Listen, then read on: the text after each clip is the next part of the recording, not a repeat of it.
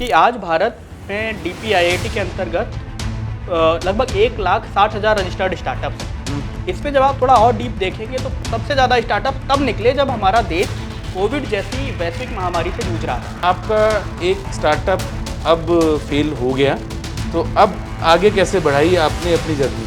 विकसित भारत 2047 जो इनिशिएटिव है कि उसमें छोटी सी भूमिका अदा कर रहे हैं। पहले जब आप इंडिया बोलते थे तो हो सकता है कि आपको गौरव ना फील होता हो, गर्व ना फील होता। आज जब आप इंडिया बोलते हो तो आपको थोड़ा रेस्पेक्ट मिलती है। आप स्टार्टअप इकोसिस्टम में काम कर रहे हैं, आपने एक अपनी ऑर्गेनाइजेशन भी बना रखी है और वो स्टार्टअप इकोसिस्टम में भी हेल्प कर रही है।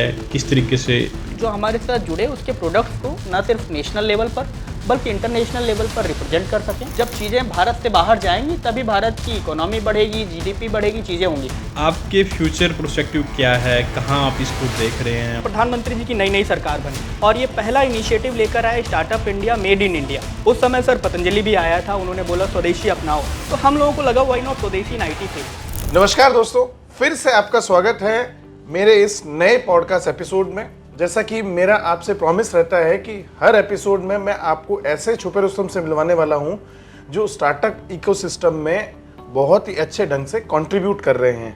आइए मिलते हैं डॉक्टर अंशुमान सिंह जी से, जो टेडेस स्पीकर भी हैं और 185 कॉलेजेस के 2.5 लाख स्टूडेंट्स को स्टार्टअप कैसे शुरू करें इसके बारे में गाइड भी कर चुके हैं। और साथ ही मेरे मुकेश सिंगला जी भी हैं जो एक वैल्यूएशन प्रोफेशनल हैं। और मुकेश सिंगला जी, आपको बहुत बहुत धन्यवाद पॉडकास्ट में मेरा साथ देने के लिए।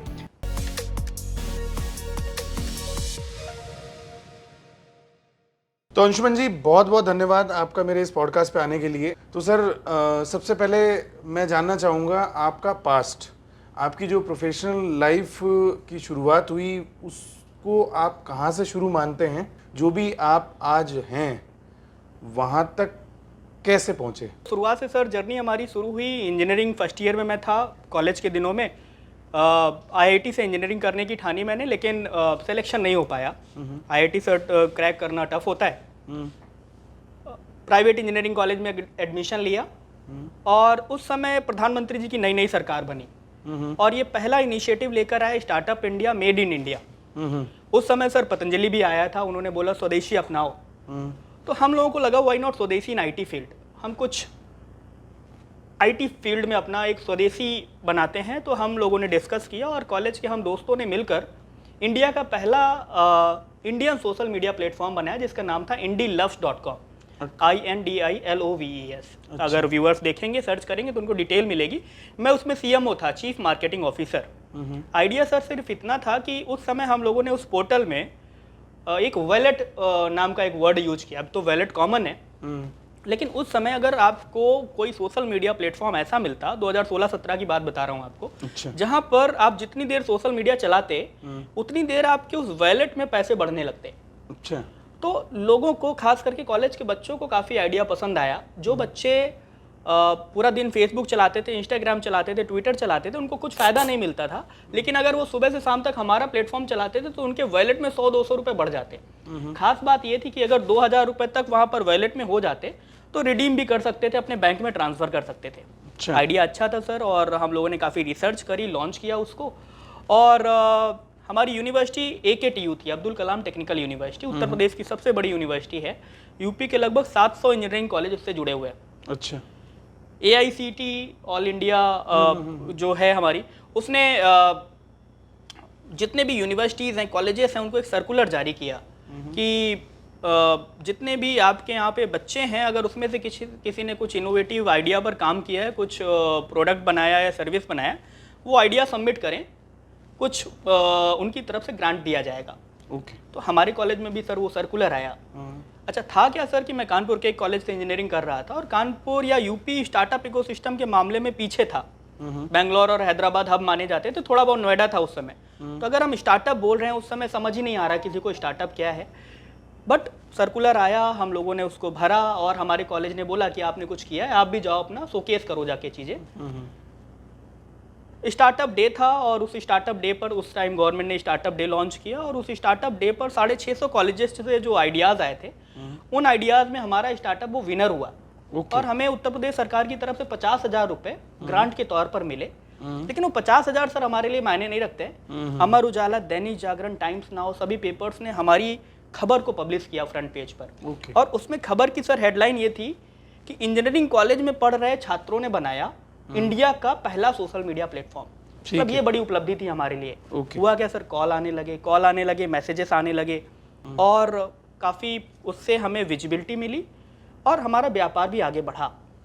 लेकिन क्योंकि हम लोग सर अर्ली स्टेज में थे, हमें लग रहा था जो भी हम कर रहे हैं सही कर रहे हैं। हम बिल्कुल ये भूल चुके थे कि हमारा कॉम्पिटिटर फेसबुक जैसा इंटरनेशनल ब्रांड है। 1 साल तक हमने सर बड़ा प्रयास किया, बड़ी मेहनत करी, व्यापार आगे बढ़ा, लेकिन अचानक से क्या हुआ कि हमारे प्लेटफॉर्म पर काफ़ी ट्रैफिक आ गया और वो हमारा सॉफ्टवेयर क्रैश हुआ और जिससे क्या हुआ, टीम भी टूटी। और टीम टूटने के बाद क्या हुआ कि due to lack of knowledge, resources and funding, हमारा स्टार्टअप हमको बंद करना पड़ा। लेकिन वहीं से हमारे अंदर एंटरप्रेन्योरियल थिंकिंग डेवलप हुई और उससे हमको विजिबिलिटी काफ़ी मिली सर। आपका एक स्टार्टअप अब फेल हो गया, लेकिन फिर भी आपको उससे काफ़ी लर्निंग मिल गई, विजिबिलिटी मिल गई, तो अब आगे कैसे बढ़ाई आपने अपनी जर्नी? आगे सर जर्नी ऐसे बढ़ाई, मुझे लगा एक टाइम आता है जब आपको खुद से चीज़ें एहसास होने लगती हैं, कहाँ पर गलतियाँ हुई। मुझे लगा उन गलतियों को दूर करने की ज़रूरत है, सीखने की ज़रूरत है और सीख कर आगे बढ़ने की ज़रूरत है। मुझे लगा कुछ टाइम किसी स्टार्टअप्स के साथ काम किया जाए, समझा जाए चीज़ों को। तो IIT कानपुर हमारे यहाँ से पास पड़ता था और IIT कानपुर के अंदर बहुत सारे स्टार्टअप्स जो है इनक्यूबेटी हैं और कुछ स्टार्टअप्स को मैंने ज्वाइन किया सीखने के पर्पज़ से और पार्ट टाइम के तौर पर वहाँ पर जाकर मैं चीज़ें सीखने लगा सर। क्या कल्चर है, कैसे चीज़ों को सस्टेन करना है। और फिर मुझे लगा कि अभी एक मेंटोर के तौर पर, क्योंकि बहुत सारी चीज़ें जब मुझे पता चली तो मुझे लगा बहुत सारे ऐसे बच्चे होंगे जो कुछ शुरू करना चाहते होंगे लेकिन due to lack of knowledge, due to lack of right mentoring वो फेल होते होंगे। तो मुझे लगा मुझे अपने जैसे बच्चों से बात करनी है। वो कुछ पूछेंगे तो हो सकता है मुझे अगर नहीं भी पता है तो मैं कुछ सीख कर उनको डिलीवर कर पाऊँ। तो एक स्टार्टअप मेंटर के तौर पर आप अपनी जर्नी शुरू करना चाहते हो इंजीनियरिंग 3rd ईयर में, बड़ी टफ थी सर। आपको दूसरा कॉलेज एंटरटेन ही नहीं करेगा, वो जानेगा आप 3rd ईयर के बच्चे हो, आपको क्यों बुलाएगा अपने कॉलेज में। तो मुझे एक प्लेटफॉर्म की ज़रूरत थी कि मैं दूसरे कॉलेज में तो जाना चाहता था एज ए स्टार्टअप मेंटर, लेकिन किसी प्लेटफॉर्म के, किसी ब्रांड के नीचे, एक स्टूडेंट के तौर पर नहीं। तो एक ऑर्गेनाइजेशन है सर बेंगलोर की, CIMSME, confederation of Indian micro small and medium enterprises, उसके फाउंडर संतोष जी हैं, मैं उनका नाम भी ले रहा हूँ यहाँ पर। उनसे मैंने गाइडेंस मांगी कि सर मैं एक स्टार्टअप मेंटर के तौर पर आगे बढ़ना चाहता हूँ, आप प्लीज़ गाइड करो। हमें सर तमीज़ नहीं है कि कैसे एक प्रोफेशनल ईमेल किया जाता है। हमारे पास सर @gmail.com है, हमें आपके डोमेन का ईमेल चाहिए ID, हम उसको भेजेंगे तो लोग गौर करेंगे। हमें सर एक पोजीशन चाहिए। तो उन्होंने मेरी बात सुनी और डेफिनेटली जब आप सही से बात रखते हो तो उन्होंने मुझे अपनी ऑर्गेनाइजेशन का UP का प्रेसिडेंट बनाया। और उन्होंने सर, मुझे अभी भी याद है, उन्होंने मुझे एक ईमेल ID दी uppresident@cimsme.in। मैंने उनसे कहा सर अब ईमेल ID तो आपने भेज दी है हमको, अब हमें ईमेल करना नहीं आता, हमें प्रोफेशनल कंटेंट दो। तो उन्होंने कहा ठीक है, मैं एक प्रोफेशनल कंटेंट दे रहा हूँ, कॉलेज के नाम चेंज करते रहना, डेट चेंज करते रहना, भेजते रहना, कुछ डेटा पर काम करो। 2018 में सर पहला इंजीनियरिंग कॉलेज था RRSIMT अमेठी, वहाँ पर एज ए मेंटोर मेरा वो प्रपोजल एक्सेप्ट हुआ और मैं पहली बार एक मेंटोर के तौर पर, हालांकि पीछे से मैं इंजीनियरिंग 3rd ईयर का बच्चा था, एक मेंटोर के तौर पर गया और स्टेज पर मैंने बात रखी। टॉपिक था मेरा एंटरप्रेन्योरियल माइंडसेट डेवलपमेंट। ओके। पहला कॉलेज कंप्लीट हुआ, दूसरा कॉलेज कंप्लीट हुआ सर, 3rd ईयर और फाइनल ईयर, इन 2 सालों में स्टूडेंट के तौर पर मैंने 50 इंजीनियरिंग कॉलेज कवर कर लिए सर। ग्रेट। मेरे लिए पढ़ाई के साथ साथ ये बड़ा अचीवमेंट था। इधर इंजीनियरिंग कंप्लीट हुई 80% मार्क्स के साथ। चैलेंज था कि अब आगे क्या किया जाए, क्योंकि पढ़ाई तो हमने सर इसीलिए करी थी, पेरेंट्स ने भी एडमिशन इसीलिए कराया था कि फाइनल ईयर आते आते कुछ जॉब करेगा और परिवार में थोड़ा आर्थिक सहयोग करेगा। बिल्कुल। लेकिन हमने तो सर अलग रास्ता चुन लिया और ये रास्ता ऐसा था सर कि यहाँ पर कुछ भी मतलब कंफर्म नहीं था। भाई आप नौकरी करते हो तो होता क्या है कि आपको मंथली एक सैलरी मिलती है, यहाँ पर क्या सैलरी का तो पता ही नहीं है सर, दूसरा टाइम का भी पता नहीं है। तो होता क्या सर, यहाँ पर entrepreneurship is not for everyone. 10 में से 9 स्टार्टअप आज भी फेल होते हैं, लेकिन हाँ 10% सफलता का स्कोर आज भी है सर, 10% लोग सफल भी होते हैं। तो 24/7 काम करना था और मुझे लगा कि अब थोड़ा सा बाहर निकलने की ज़रूरत है। तो मुझे लगा दिल्ली पास है, 5-6 घंटे की रास्ता, घर आ जाया करूँगा और मुझे लगा यहाँ पर जब मैं आऊँगा तो पूरे भारत के बारे में सोच पाऊँगा। सही बात है। 2020 में सर दिल्ली आ गया मैं। बैजूस में सर मेरा मतलब प्लेसमेंट हुआ। ठीक है। क्योंकि दिल्ली आना था और दिल्ली आप आओगे तो फिर सस्टेन कैसे करोगे। ग्रेट। तो बैजूस ने बहुत भर्तियां निकाली थी सर। हाँ, उस टाइम तो बिजनेस डेवलपमेंट एग्जीक्यूटिव, बहुत सारे लोग जिन्होंने अप्लाई किया होगा समझ पा रहे होंगे, 10 लाख रुपए उन्होंने ऑफर किए। 5 वर्किंग डेज का कॉन्सेप्ट था उनका। मुझे लगा कि सैटरडे संडे जो है स्टार्टअप पर काम कर लेंगे, 10 लाख दे रहे हैं साल का, कम से कम इससे हमारा रोटी कपड़ा मकान दिल्ली का चल जाएगा। ठीक है। दिल्ली आया, नोएडा में सर ऑफिस था। पहले दिन मैं वहाँ गया, कुछ मेरे बॉस ने मुझको काम समझाया, ऐसे ऐसे करना है। दूसरे दिन सर मैं जब गया वहाँ पर तो थोड़ा भीड़ कम दिखी मुझे, तो मुझे लगा कि हो सकता है यहाँ पर आज वीक ऑफ हो। बहुत जगह होता है कि आज मंडे को ऑफ रहता है, ट्यूसडे को ऑफ रहता है। मैंने किसी से पूछा कि भाई आज इतनी भीड़ कम क्यों लग रही?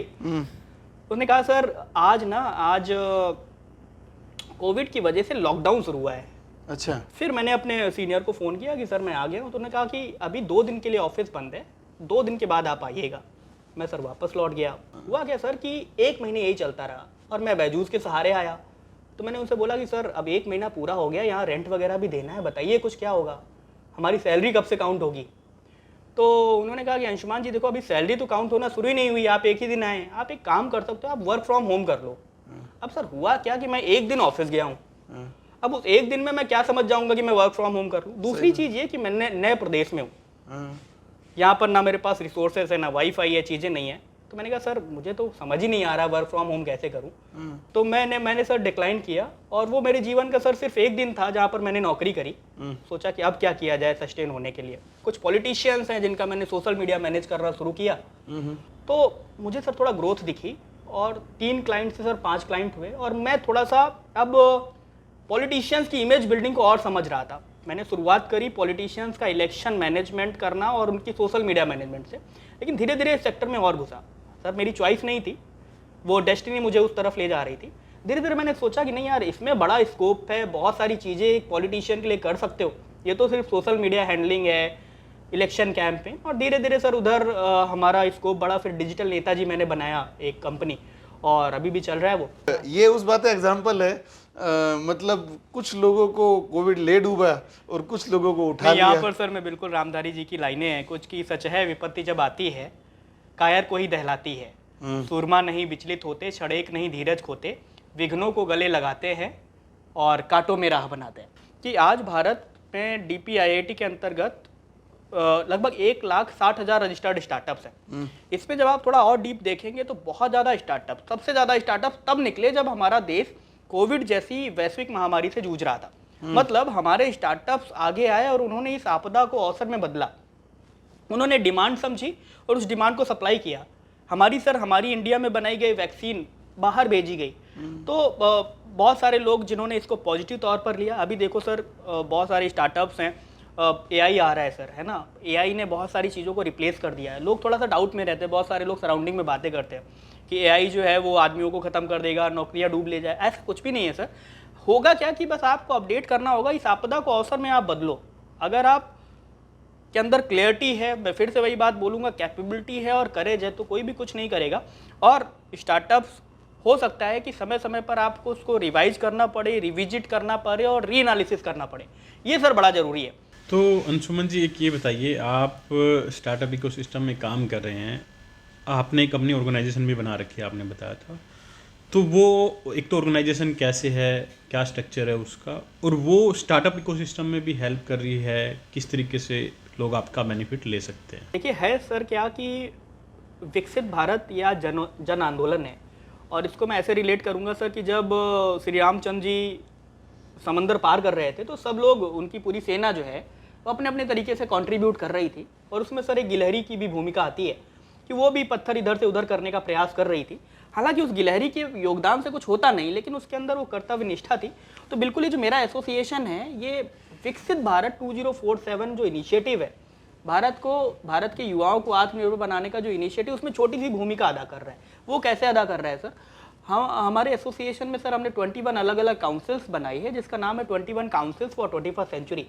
और हम ये चाह रहे हैं कि जो भी व्यक्ति हमारे साथ जुड़े उसका नेटवर्क, नॉलेज और सेल्स बढ़े। ये तीनों चीज़ें सर बहुत जरूरी है। नेटवर्किंग मजबूत हो, नॉलेज बढ़े और सेल्स तभी बढ़ जाएगी मेरे हिसाब से सर। जिसका नेटवर्क अच्छा है, जिसके पास नॉलेज है, तो सेल्स अपने आप वो कर ले जाएगा।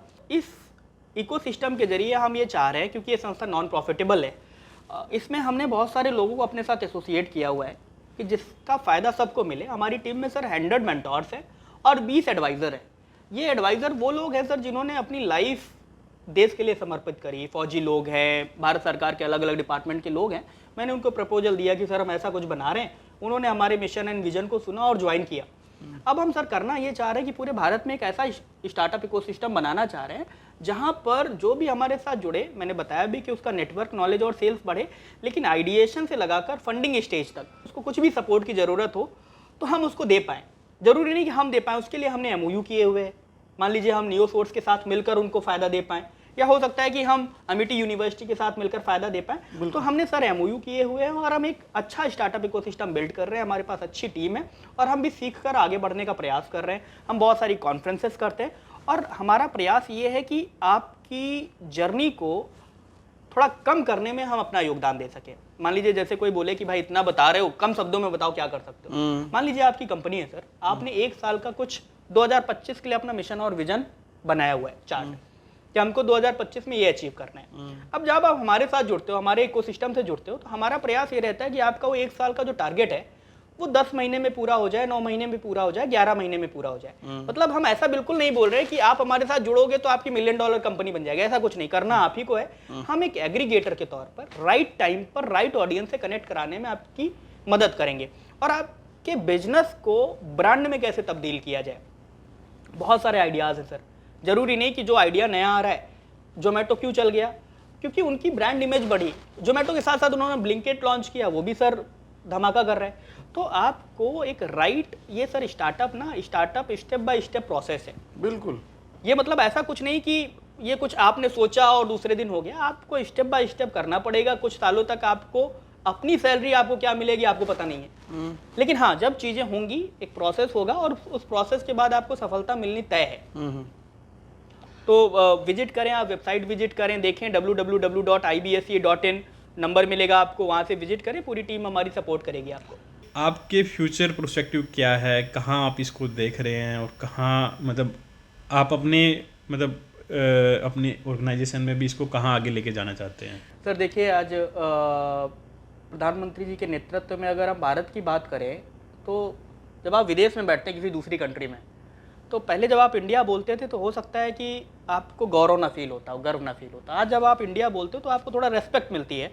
और आने वाले टाइम में सर होगा क्या कि बहुत सारी जो अब्रॉड की कंपनीज़ हैं वो इंडिया की तरफ देख रही हैं। जैसे आज हम लोग दुबई की तरफ देखते हैं सर, इंडियंस के लिए दुबई जो है फेवरेट डेस्टिनेशन है बिजनेस करने के लिए।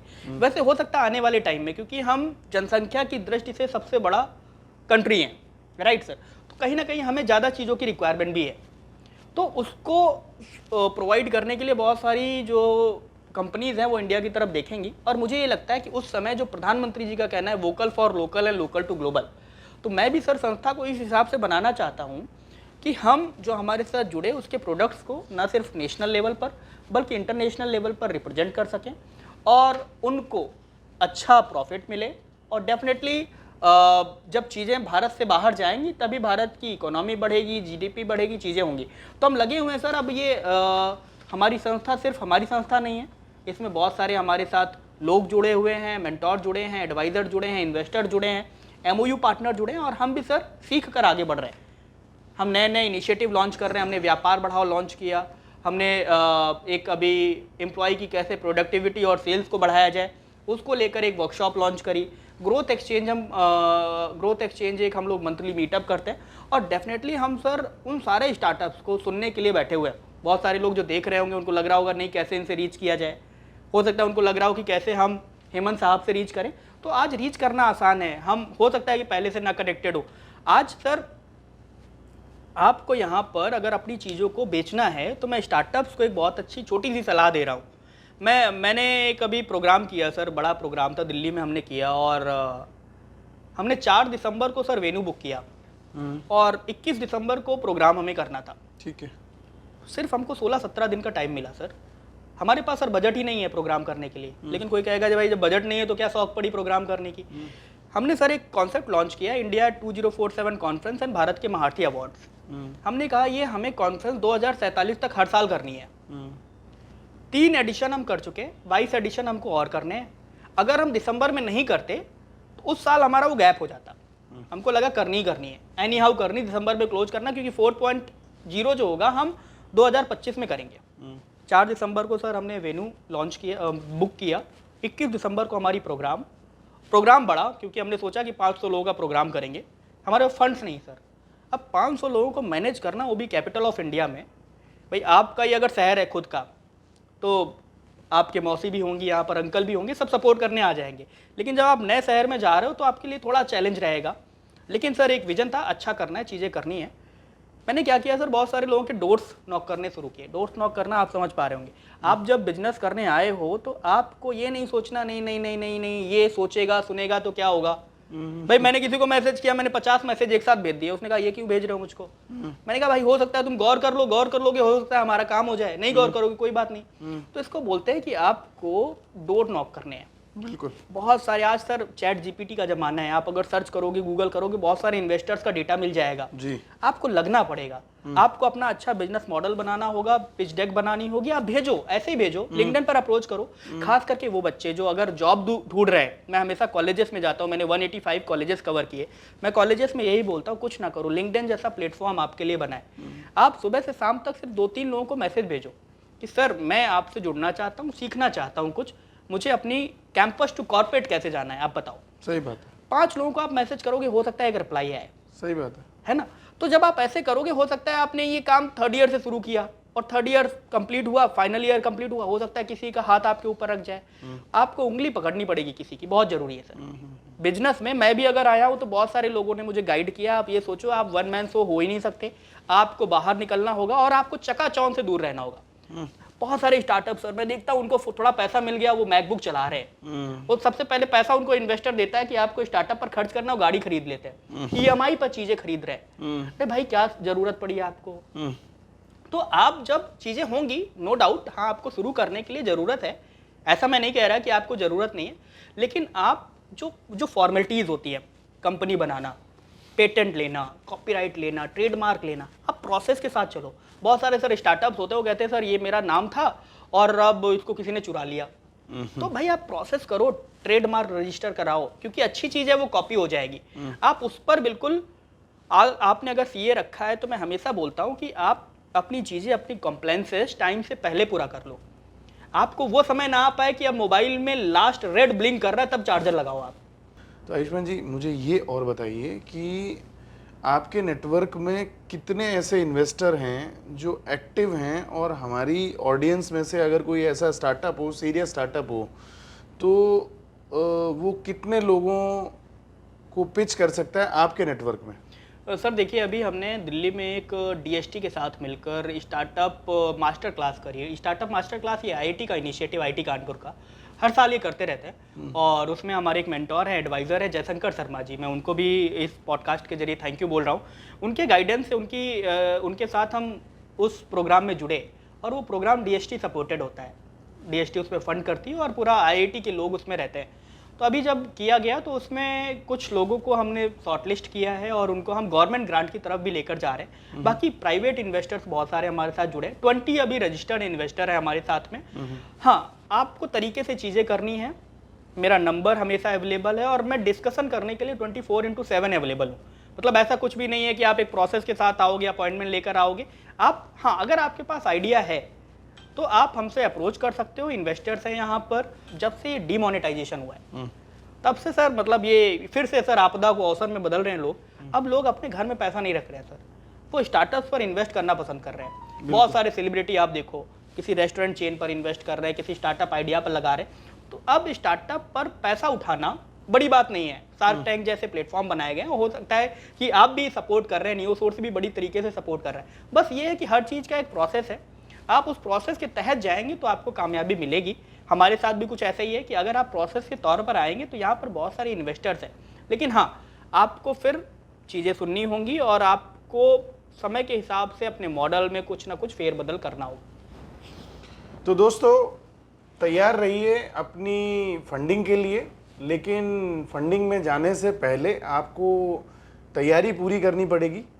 तैयारी पूरी करने का स्टेप मैं आपको बता देता हूँ। सबसे पहले आप जो भी कंपनी बना रहे हैं उसका ऑरा बिल्ड करिए, फिर अपना कस्टमर फनल बिल्ड करिए, फिर आप अपने प्रोडक्ट की प्लेसिंग करिए।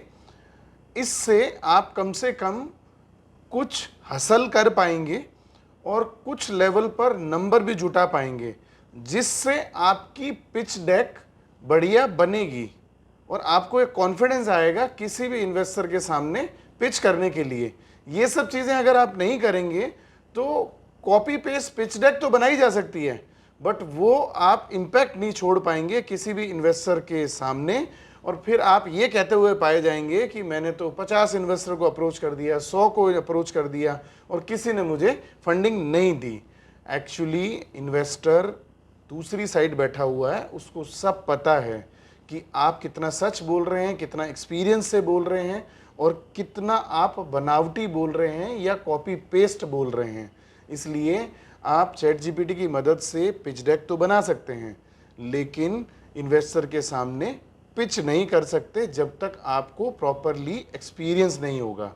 और टीम बनाना तो सबसे ज़्यादा ज़रूरी है। मैं यहाँ पे एम्प्लॉय की बात नहीं कर रहा हूँ, मैं बात कर रहा हूँ टीम में आपका मेंटोर कौन है, इसका बहुत इम्पैक्ट पड़ता है। आपका को फाउंडर कौन है, इसका बहुत इम्पैक्ट पड़ता है।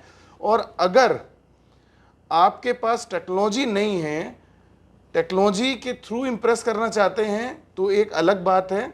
अगर टेक्नोलॉजी नहीं है तो कम से कम आपके पास फिर नंबर्स होने चाहिए, नंबर्स इतने इम्प्रेसिव होने चाहिए कि इन्वेस्टर को आपके स्टार्टअप में इन्वेस्ट करने के लिए मजबूर करा सकें। बहुत सारे स्टार्टअप्स ऐसे होते हैं, बड़ी उम्मीद के साथ सर अपना कुछ स्टार्टअप शुरू करते हैं, हो सकता है उनको मन के मुताबिक रिजल्ट नहीं मिलते और फिर वो फेल होते हैं। अगर आप स्टार्टअप शुरू करना चाहते हो, आप एंटरप्रेन्योर हो, तो आपको एक अपने अंदर सबसे बड़ी जो स्किल डेवलप करनी होगी सर, वो है फेलियर को मैनेज करना। हो सकता है आप 10 इन्वेस्टर को पिच कर रहे हो सकता है 10 में से 10 आपको एंटरटेन ना करें। अब आपके पास 2 ऑप्शन है, या तो आप इन्वेस्टर से मिलना बंद कर दो या तो आप आगे के इन्वेस्टर ढूंढो। बहुत सारे स्टार्टअप्स हमारे ऐसे भी होते हैं कि लास्ट में उनको लगता है नहीं यार सब खत्म हो गया, क्योंकि अब वो दोबारा से दूसरी जॉब नहीं कर सकते, उनके अंदर थोड़ा सा वो ईगो आ जाता है। तो उन सब से मैं यही बोलना चाहता हूँ कि हमेशा मस्ती में रहो सर, और बिल्कुल कामली लो। ऐसा नहीं है कि नहीं बड़ा टेंशन में है हम, बिल्कुल। मैं देखता हूँ बहुत सारे लोगों को, वो कहते नहीं मैं इतने घंटे काम करता हूँ, 24 घंटे काम करता हूँ। 24 घंटे काम करने की जरूरत नहीं, यहाँ सिस्टम से काम करो। सर आपने जो बोला कि टीम बनाना, टीम अच्छी बनाना बड़ा ज़रूरी है, को फाउंडर बनाना बड़ा ज़रूरी। और लास्ट में मैं कुछ लाइनें हैं वो बिल्कुल बोलना चाहूँगा आपकी पॉडकास्ट में, कि चाहे आप जंगल में रहो या बस्ती में रहो, चाहे आप जंगल में रहो या आप बस्ती में रहो, चाहे आप तूफा में रहो या आप कश्ती में रहो, चाहे आप महंगी में रहो या सस्ती में रहो, जहाँ भी रहो मेरे भाई अपनी मस्ती में रहो, क्योंकि जिसकी मस्ती जिंदा है उसकी हस्ती जिंदा है, नहीं तो वो ज़बरदस्ती जिंदा है। शाबाश। तो ये बिल्कुल सारी चीज़ें आपके फेवर में हैं। इन्वेस्टर भी आपको मिल जाएगा, न्यू सोर्सेज जैसी संस्थाएं बैठी हैं, आपका कॉलेज खुद आपको सपोर्ट करने के लिए आगे आ रहा है। ये ना सोचो कि हम अगले साल करेंगे या हम आने वाले टाइम में करेंगे। जो है, जितना पैसा है, जितनी टीम आप शुरू करो, आगे का रास्ता फिर दिखाने के लिए सर बैठे हैं, हम लोग बैठे हैं, आपको मदद करेंगे। तो दोस्तों, ये थे हमारे आज के गेस्ट अंशुमन जी, जिन्होंने अपनी जर्नी को बहुत ही अच्छे से एक्सप्लेन किया, और शायद इनके चैलेंजेस से आपको भी कुछ ना कुछ सीखने को मिलेगा। और उम्मीद करता हूँ इनकी जर्नी में आप भी कनेक्ट हो सकते हैं, कहीं ना कहीं आपने स्टार्टअप्स को आगे बढ़ा सकते हैं इनके साथ कनेक्ट होके। हम फिर मिलेंगे अगले एपिसोड में नए शख्सियत के साथ। तब तक के लिए स्वस्थ रहिए, खुश रहिए, धन्यवाद।